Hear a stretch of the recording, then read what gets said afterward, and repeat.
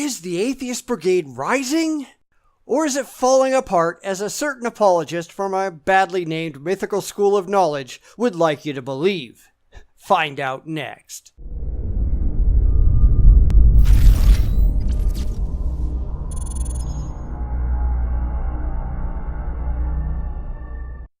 I've had people ask me why I keep returning to Evidential University. Now, granted, he's hard to understand a lot of the time, although I've gone out of my way not to make fun of that. He's got a tiny following, and it isn't like I'm going to get any new subscribers that way. But the reason that I do it is because I want to show that the absurdity of religion isn't just a Western phenomenon.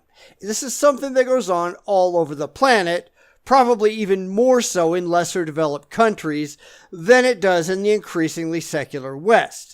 Because even when we drive the scourge of religion out of the mainstream in our countries, it's still going to be harming people outside of the first world. And while the good pastor here is far from an extremist, he's an excellent example of the kind of irrationality that the largely uneducated third world believers are going to be forced to listen to. We're not free until all of us are free. So let's see what the professor here has to say on the rise and fall of the Atheist Brigade and why, as always, it's just ridiculous.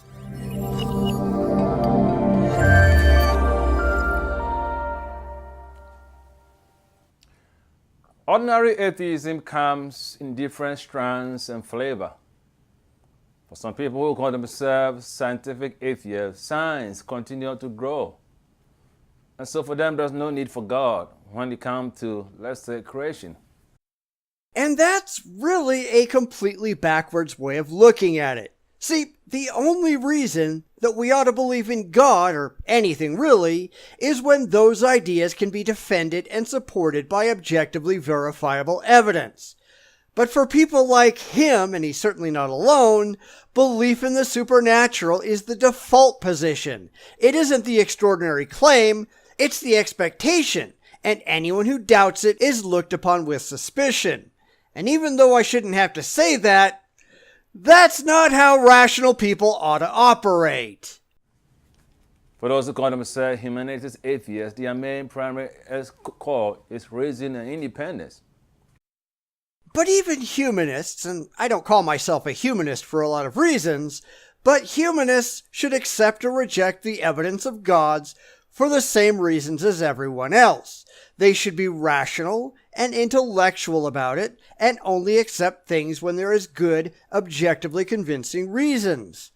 I don't care what your particular flavor of atheism, or theism for that matter, the goal here is to use your brain for something other than keeping your ears apart.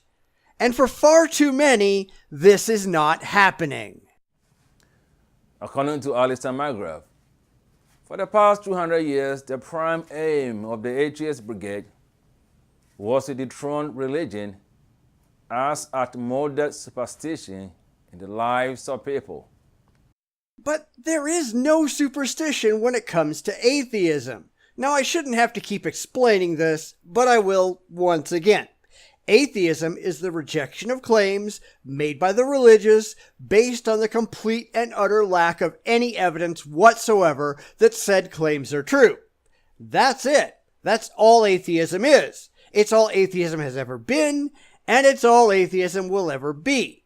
But the religious insist that it has to be something else, because they don't want to admit that the failure is theirs, that they have nothing worthwhile to present, that they can't prove that their claims are true.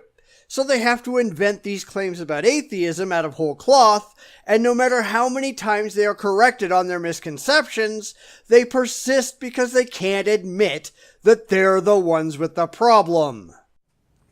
One event that converted many in the Western world to atheism was the publication of Darwin's theory of evolution.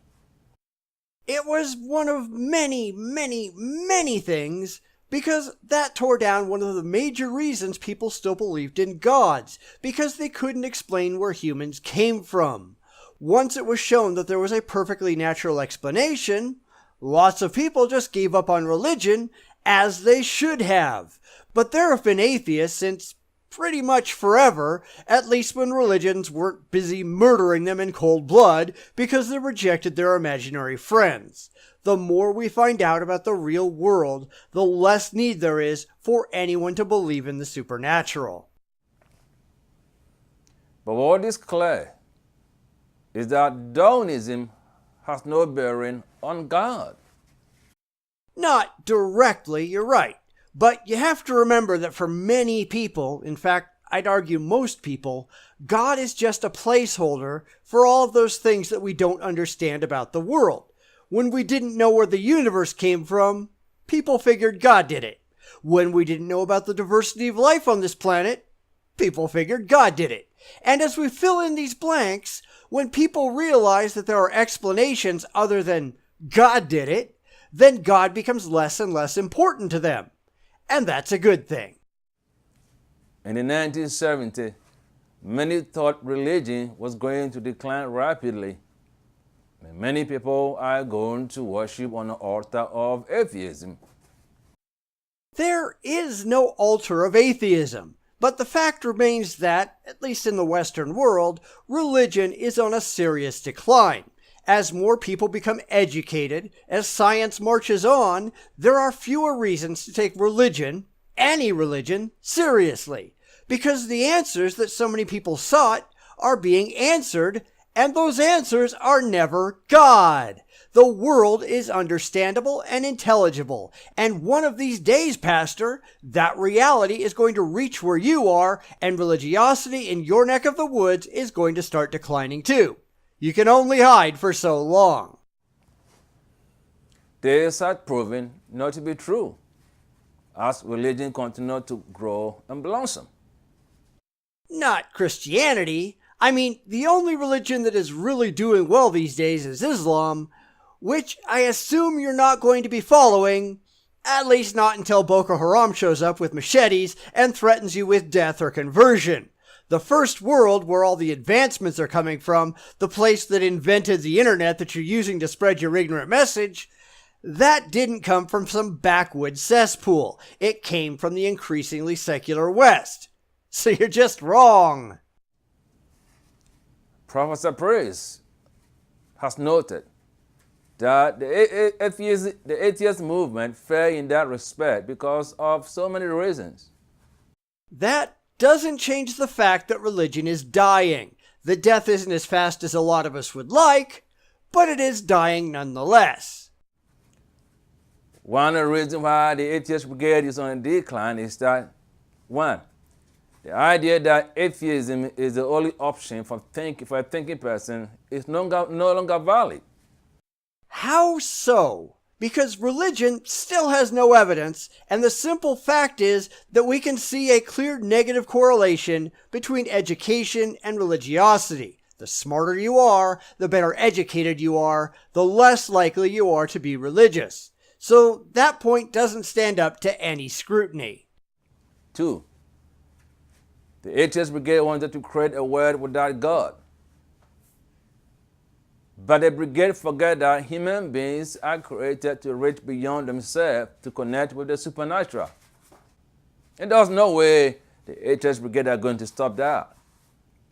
Which is not the case. As I already said, for most people, the only reason they believed in gods in the first place is because humans have an inborn drive to answer questions, and when those answers are not easily forthcoming, we have this unfortunate tendency to just make up placeholder answers, and one of those placeholders was God. And as we find actual answers, that placeholder is falling by the wayside for many people. So again, you're wrong. The presence of evil in the world was one of their main trump cards. But Christians have countered that argument to show that the world was sent to laws without God. And even the fact that evil is a show that there is the existence of God. What, huh? In fact, the argument from evil deconverts people all the time. I mean, I don't think it's a great argument, but it is one of the most common arguments against Christianity used, and it is used very effectively. Now, I don't know where this guy is exactly, but his experiences are nowhere remotely near my experiences. I don't know what to tell you. 4. The expectation of the Atheist Brigade was that spirituality would die.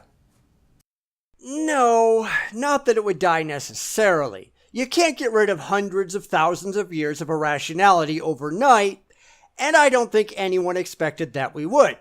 But again, things are improving, and while there are people who have thrown off the shackles of authoritarian religion only to buy into New Age garbage, at least there is no one trying to tell them to kill the unbelievers or anything like that anymore. It's not a perfect solution, but it is a better solution than we had before, and we can keep working on it. But by the 1980s, spirituality across the globe has debunked that. Pal, you're making this video in 2018. Why are you talking about the 70s and the 80s as though they prove anything? Try looking at some surveys done in the last decade. They don't say what you want them to say. 5. The astounding and remarkable growth of Pentecostalism and the charismatic movement overwhelmed the Atheist Brigade. Not really. Now, we have seen some growth in the fundamentalist sects as people from other failed religious traditions who are incapable of giving up their irrational faith cling desperately to any religious tradition they can find. They're doubling down on their religious stupidity. They need that religious pacifier to get them through the day. Now, these people are, by and large, uneducated and ignorant, which is why they believe what they believe. But I suspect that as more of the remaining religious zealots die off, that we'll see religious fundamentalism, at least in the West, die a well-deserved death. 6. Modernism has been replaced by postmodernism, which is characterized by the rejection of intolerant atheism, intolerant for diversity of beliefs and culture. Yeah, and that's a problem, I will admit. But again, it's people who desperately need to sit down and think rationally about the things they believe instead of casting around irrationally and emotionally. Nobody pretended that the transition from religion to secularism would be a smooth one. There are going to be bumps in the road, and in this particular case, I think a major bump comes from the fact that people are, in general, intellectually lazy. And while religion gave them lots of rules and regulations that you couldn't question, and nobody actually had to think about what they believed, secularism doesn't. You actually have to stop and think about what's going on and make your own decisions and hopefully come to some rational conclusions based on evidence on your own. And there are a lot of people who don't want to do that. People who are used to someone else doing all their thinking for them. So it's going to be a difficult transition. I'm sure we're going to get there, though. My friend, the atheist movement is on a decline. Not according to every shred of evidence that we have. But then again, you've got an imaginary friend, so I'm not sure I'm going to take your unsupported claim seriously. Christianity continued to grow across the world. Not in the West, it didn't. And again, the West is where all of those advancements come from. So forgive me if I'm not impressed with what people barely scraping by are doing.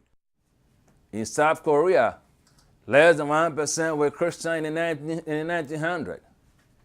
But as of today, more than 80% call themselves Christian.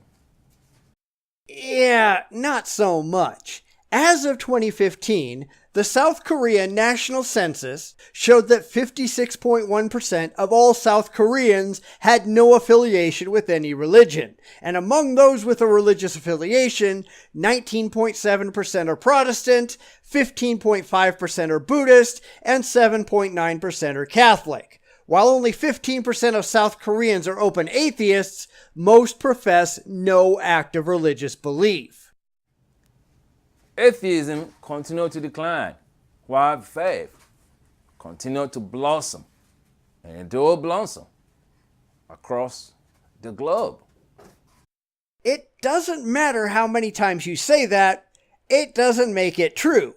Christianity is not faring well anywhere that really matters. And that's not intended to be an insult, but anywhere that's technologically advanced that people are actively trying to immigrate to, religion is dying. Thanks for watching. My name is Kojo Mante for Evidential University.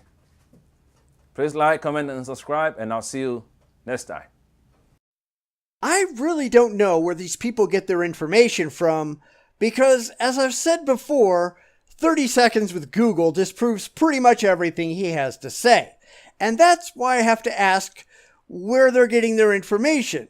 This guy keeps talking about the 70s and 80s when sure, some of that might have been true.